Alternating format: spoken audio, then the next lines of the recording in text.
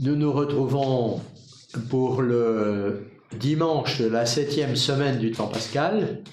Michel, Olivier, Édouard et moi Jean-Marc, en lisant l'évangile que nous donne l'Église pour ce jour-là. Donc nous sommes dans l'évangile de Saint Jean, la fin du discours après la scène, juste avant la Passion, mais qui nous dit la prière de Jésus. Donc Jean, chapitre 17, versets 1 à 11. Donc vous pouvez prendre dans votre Bible ou Prions en Église ou Magnificat vos textes dans l'évangile de Saint Jean. Probablement couper les téléphones portables et nous allons dans un premier temps lire. À la limite, vous pouvez fermer les yeux ou suivre le texte des yeux, mais aussi fermer les yeux et écouter la lecture. Nous y reviendrons après. Après avoir ainsi parlé, Jésus leva les yeux au ciel et dit : « Père, l'heure est venue, glorifie ton Fils, afin que ton Fils te glorifie. Et que, selon le pouvoir sur toute chair que tu lui as donné, il donne la vie éternelle à tous ceux que tu lui as donnés. Or, la vie éternelle, c'est qu'ils te connaissent, toi, le seul vrai Dieu, et celui que tu as envoyé, Jésus-Christ. Je t'ai glorifié sur la terre, j'ai achevé l'œuvre que tu m'as donné à faire, et maintenant, Père, glorifie-moi auprès de toi, de cette gloire que j'avais auprès de toi avant que le monde fût. J'ai manifesté ton nom aux hommes que tu m'as donnés au milieu du monde. Ils étaient à toi, tu me les as donnés, et ils ont observé ta parole. Ils savent maintenant que tout ce que tu m'as donné vient de toi, que les paroles que je leur ai données sont celles que tu m'as données. Ils les ont reçues. Ils ont véritablement connu que je suis sorti de toi, et ils ont cru que tu m'as envoyé. Je prie pour eux. Je ne prie pas pour le monde, mais pour ceux que tu m'as donnés. Ils sont à toi. Et tout ce qui est à moi est à toi, comme tout ce qui est à toi est à moi. Et c'est ainsi que j'ai été glorifié en eux. Désormais, je ne suis plus dans le monde. Eux restent dans le monde, tandis que moi, je vais à toi.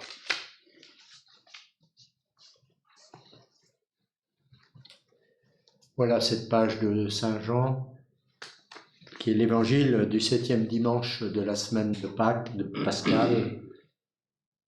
Vous pouvez noter une chose ou l'autre qui à la lecture vous a retenu, soit qu'elle vous ait éclairé, soit qu'elle vous ait étonné, ou sur laquelle vous avez buté. Vous pouvez même l'écrire sur un papier. Restons en silence quelques minutes.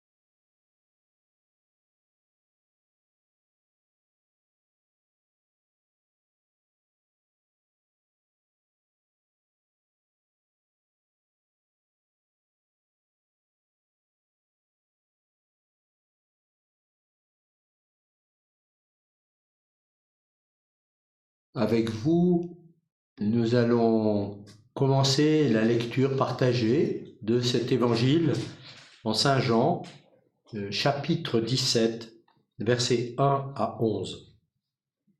Donc, chacun peut commencer.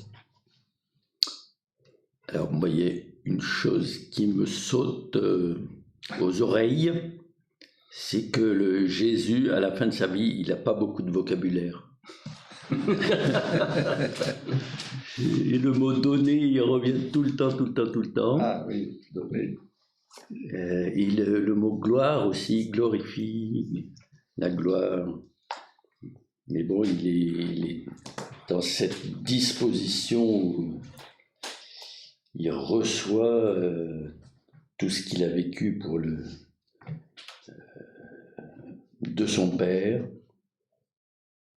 pour le donner, le redonner. Et ça vient au moins 12 fois, je crois.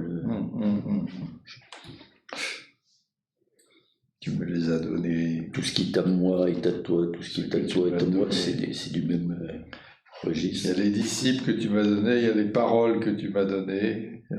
Il y a les œuvres Ceux que tu m'as donnés. Ouais. Ça qualifie beaucoup le Père. C'est-à-dire, il reconnaît ce que le Père a fait pour lui, quoi. Il lui a donné. Lui-même a fait aussi, parce que verset 8, par exemple, les paroles que tu m'as données, je les leur ai données. Donc, on voit le mouvement. Et puis, il y a les personnes aussi, verset 9. Je ne prie pas pour le monde, mais pour ceux que tu m'as donnés. Donc il y a des personnes quoi, qui sont comme un cadeau que le Père a fait au Fils. Et il parle du pouvoir sur toute chair dont on parlait à l'Ascension, là. Ouais, ça, le pouvoir. Le pouvoir. Et par ce pouvoir, alors il donne la vie éternelle à ceux que tu lui as donnés. Verset. Alors ça, c'est en haut. Verset 2. Oui. Ouais. Par le pouvoir sur toute chair que tu lui as conféré, il donne la vie éternelle à tous ceux que tu lui as donnés. C'est-à-dire, je crois que le thème du don, c'est une manière de marquer que ça n'est pas une conquête. C'est-à-dire, on ne peut pas conquérir, on ne peut que recevoir ce que Dieu donne. On ne peut pas conquérir les amis, on ne peut pas conquérir la présence du Père, on ne peut pas conquérir l'amour, enfin, on ne peut que le recevoir parce qu'il le donne. Et ça s'oppose complètement à ça, au désir de possession. Et je crois que le mot gloire qui est associé au thème du don, il faut se rappeler, une des clés de lecture d'un passage comme ça, c'est de se rappeler que dans la Bible, la gloire, c'est la kabod, c'est-à-dire c'est ce qui donne du poids, c'est ce qui permet c'est ce qui a du poids, c'est ce qui permet de reconnaître la présence de quelqu'un. La gloire du roi, c'est le fait qu'il a une couronne, un sceptre, un beau vêtement, c'est sa gloire, c'est ce qui permet de reconnaître que le roi est là. Il donne du poids à sa présence. Alors, la gloire de Dieu, c'est ce qui donne du poids à sa présence, c'est ce qui va révéler sa présence. Alors elle se révèle dans l'amour, dans le don, justement. Voilà. Et quand on a une clé de lecture comme ça permet, parce que le mot gloire, il a été tellement déformé, vilipendé. C'est pas Louis XIV, quoi. Non, c'est pas le château de Versailles. Rappelez ça. On peut presque mettre présence à la place. Tu l'as rendu présent. Voilà. Tu m'as rendu présent. Je t'ai rendu présent. Voilà. Du coup, ça prend un autre sens, quoi, parce que sinon, c'est les assiettes derrière la tête. Quoi. Bon, tu rends présent le don. Voilà. Le don de la présence. Parce qu'il y a ceux que tu m'as donnés, mais là, il y a aussi, j'ai achevé l'œuvre que tu m'avais donné à faire. Oui, tout à fait. C'est pas... Verset, j'ai achevé l'œuvre, verset 4. 4. Je t'ai glorifié sur la terre en menant à bonne fin l'œuvre que tu m'as donnée à faire. Voilà, c'est dans l'autre Pas très sens. bien, ça, oui. C'est Je t'ai lui. rendu présent parce que j'ai fait ce que tu m'as donné. Et le Père c'est le Fils qui a glorifié le Père. Voilà. Ouais, Et il lui Ouais. demande de le glorifier. Oui, d'accord. Et comment vous comprenez au verset 1, glorifie ton Fils afin que ton Fils te glorifie? C'est un chantage affectif. Maintenant, il une n'y a pas de interprétation bienveillante. C'est une alliance, c'est une pas de alliance chantage, parfaite. ouais. Une alliance parfaite. Ah, c'est l'œuvre de l'esprit, Oui, justement. c'est cette Chacun espèce est rendu présent par de à l'autre. réciprocité. Et que par le pouvoir de toute chair, tu as confessé, tu donnes la vie éternelle. D'accord. En tous ceux que tu lui as donnés. Il y a une procession. Parce qu'il dit glorifie ton Fils. Ouais. Il parle de lui. Et justement, c'est pas lui tout seul, c'est lui et ceux que tu m'as donnés.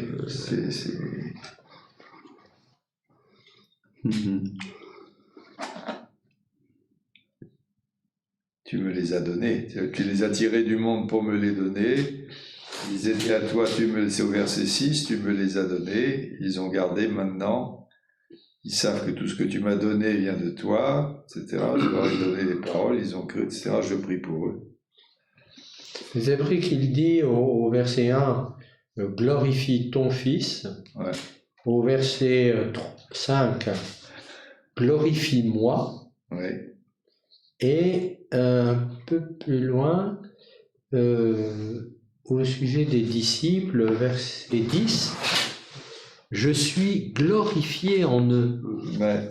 Ah oui, oui. Alors, il y a quelque chose qui vient vers le Fils par les disciples. Et il y a quelque chose qui vient vers le Père par le Fils. Parce que l'œuvre du Fils rend gloire au Père. Ah oui. Et de même, l'œuvre des disciples rend gloire au Fils. Ouais, c'est ça. C'est l'Église, quoi, ça. C'est ce qu'on évoquait à d'autres dimanches, où les œuvres plus grandes, vous ferez des œuvres plus grandes que celles que j'ai faites. Ah oui. On trouve ce thème-là ici, c'est l'Église, quoi. Cette prière est une belle parole aussi sur la paternité, c'est-à-dire comment le Fils rend gloire au Père pour ce qu'il lui a donné, alors qu'il peut y avoir une manière, en faisant la même chose, en disant la même chose, de faire comme si on était le commencement du monde, soi-même. Et on ne cite jamais personne. Oui, c'est ça. Il n'y a pas d'amour. Tout commence avec moi. Et là, non. Là, c'est... Alors, il y a un thème qui arrive au fur et à mesure, progressivement. Il se développera encore plus dans la suite de la prière. C'est le mot monde. Ça arrive au verset 6. 9. Aux hommes que tu as tirés du monde. Voilà. Je leur ai donné au verset 9. Je prie pour eux, je ne prie pas pour le monde. Verset 11. Je ne suis plus dans le monde, mais eux sont dans le monde et moi je viens à toi. Et la suite, ça sera, je ne te prie pas de les retirer du monde, mais de les garder du mauvais. Enfin, il y a le monde, je sais pas, il est là de plus en plus dans cette prière, Mais parce que, dans ce dialogue père-fils. parce que le monde, c'est le lieu de la non-présence, justement. Ah oui. C'est le lieu où la présence du Fils et du Père est déniée, refusée, écartée, effacée. Donc c'est pas le lieu où... Oui, c'est le lieu de la non-présence. Quoi. Et donc, du coup, il s'agit de rendre présent le Fils dans le monde. Quoi. C'est ça la mission de l'Église. Quoi. Ce qu'il y a, c'est que c'est dans le même évangile qu'il y a aussi Dieu a tant aimé le monde qu'il a donné son Fils unique. Et, autrement dit... Parce qu'il n'y a que l'amour qui peut faire que le monde devienne un lieu de présence. Voilà, oui.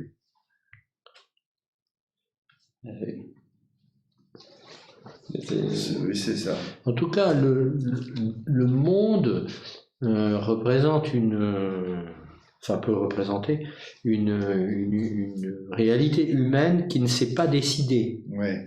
eux, ils se sont décidés pour le Christ, quoi. Ouais. Alors que le monde, donc ça peut aller un peu dans tous les sens. Donc il peut y avoir un amour pour le monde parce que il y a des hommes, des femmes qui peuvent se décider pour le Christ, mais en même temps, ils sont pas sortis des rangs, quoi. Non, mais en même temps, il a été envoyé dans le monde et il les enverra dans le monde. Je les envoie dans le monde, comme j'ai été envoyé. De fait, dans le monde, il peut y en avoir qui naissent à la fois à une relation, à une présence au Père et au Fils. C'est pas figé, quoi. Il s'agit de sauver le monde, il n'est pas venu pour condamner le monde. Et à travers ceux qui seront les disciples. C'est le lieu de la mission. Ils ont cru en toi. Ouais. C'est ce que tu disais l'autre jour, il y a longtemps, sur la naissance de l'humanité. Oui, c'est ça. Voilà. Oui, tout à fait. Mais ça passera par ceux-là qui ont cru. Ils ont cru que tu m'as envoyé, je prie pour eux, je ne prie pas pour le monde. Oui. Il y a ce verset 6 aussi où vient le monde. Il dit « J'ai manifesté ton nom aux hommes que tu as tirés du monde pour me les donner. » Alors, il y a beaucoup de choses, entre autres, le fait qu'il ait manifesté le nom du Père. Donc, il parle, Jésus parle d'un autre, le Père, et pas d'abord de lui. Et les hommes que le Père a tirés du monde pour les lui donner. Ça, c'est un beau mouvement aussi que Jésus reconnaît, quoi, dans l'adhésion de la foi du disciple est une œuvre du Père. Et ils étaient dans le monde, mais ils étaient à toi. Que tu as tiré du monde pour me les donner, ils étaient à toi et tu me les as donnés, juste après. C'est où? Juste après, là. Juste après. J'ai au verset 6. La fin du 6. Oui, c'était pas écrit sur leur front, non. comme dit l'autre. Non. Ils étaient à toi. C'est un mystère, ça. Pour le coup, oui. Tout ça, tout là-dedans. Non, mais ils étaient à toi. Et ils ont gardé ta parole. On disait dans des évangiles précédents, ceux qui gardent mes commandements, mon commandement, ta parole.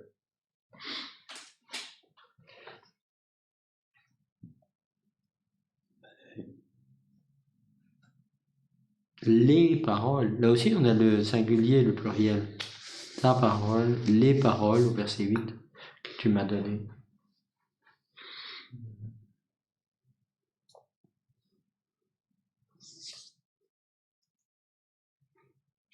Il n'a pas beaucoup de vocabulaire, mais il sait bien s'en servir. Non, c'est vrai, il ne dit pas n'importe quoi.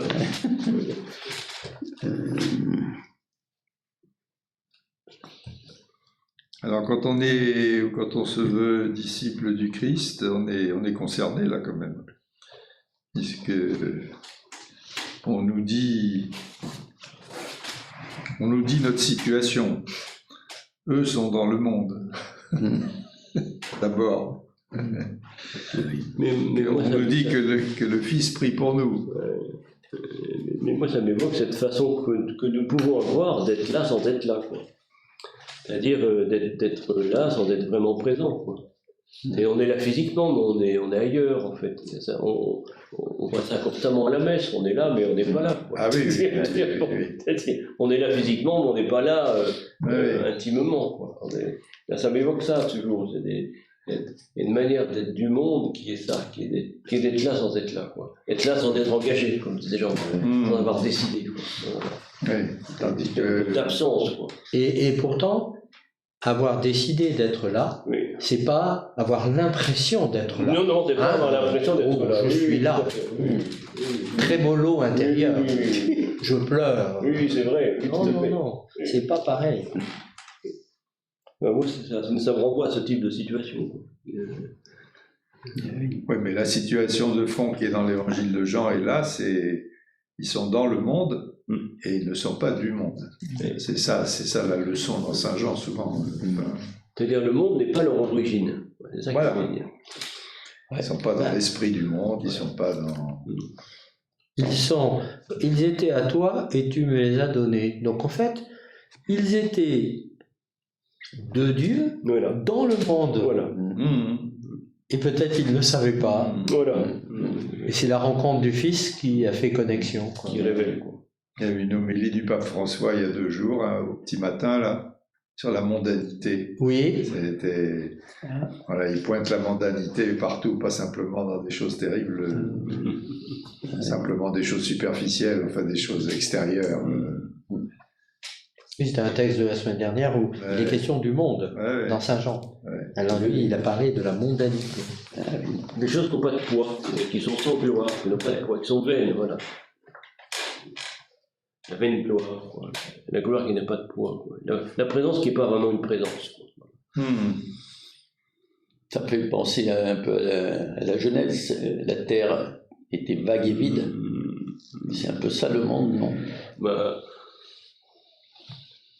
un peu plus. Un peu plus. Allez, un peu plus. Bon, Il y a eu des forces qui ont modelé ça, un peu, quoi. oui, quand même. Non, c'est pas que ça, c'est pas que le... Donc il y a dans la mondanité, il y a une dimension d'apparence. Ouais. Il a l'air d'être là, mais il n'est pas là. Oui. Non, mais c'est bien de relire tout ça avec l'idée, oui, tu disais, de présence. Ouais. Je crois que ce soit Ça aide beaucoup, je crois. la gloire,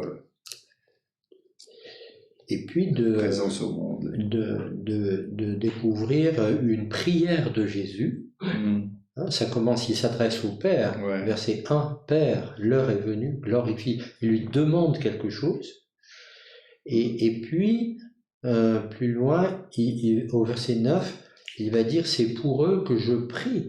Donc formellement, c'est présent la prière. Il dit, je prie. Car ils sont à toi, que tu veux que tu m'as donné. Oui, c'est un bon exemple de prière. Prier, c'est ça. C'est un bon exemple de ce que c'est que prier. C'est-à-dire La prière de Jésus. entrer dans la présence, Eh oui, c'est ça. vivre la présence d'une manière ou d'une autre. S'adresser à quelqu'un et s'adresser au Père. Nous, on peut avoir beaucoup de... s'adresser à Jésus. Oui, oui. Ça, c'est... À partir de la situation de fond qui nous constitue, dans ce rapport à Dieu, au Fils, au Père, non, dans le monde.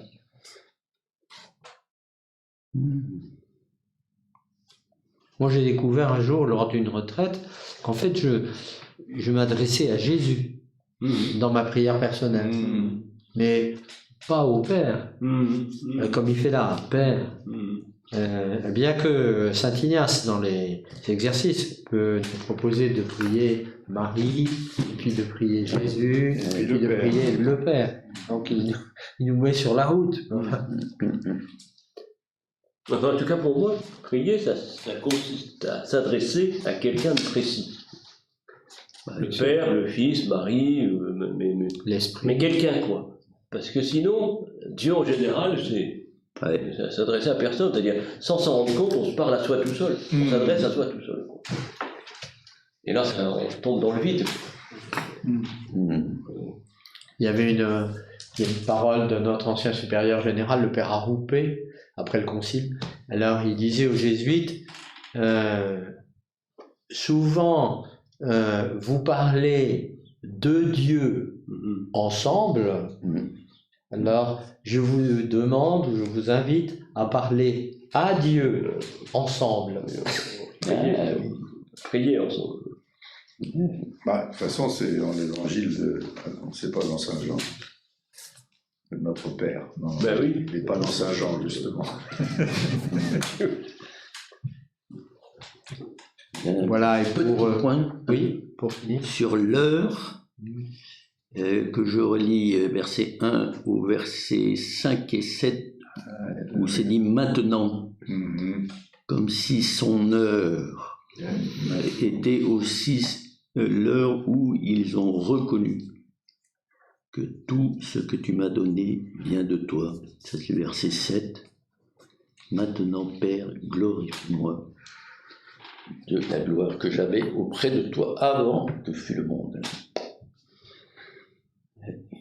Mais je dirais que ce passage donne envie de lire la suite.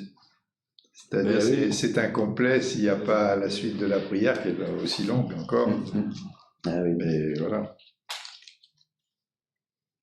Ça fait un ensemble. Et puis il y a aussi cette parole à la fin du verset 8, il parle des disciples dans sa prière. Ils ont vraiment reconnu que je suis sorti de toi. Et à la fin, verset 11, moi, je viens vers toi. Donc nous vous laissons lire, méditer, prier le chapitre 17, à la fois ce que nous avons pu lire avec l'évangile du 7e dimanche, et puis ce que nous n'avons pas lu, et que vous pourrez lire jusqu'à la fin du verset 26 de ce chapitre 17, où Jésus prie, et où nous avons un témoignage de sa prière. Nous vous souhaitons un bon dimanche, et une bonne méditation de la parole de Dieu, là où vous êtes.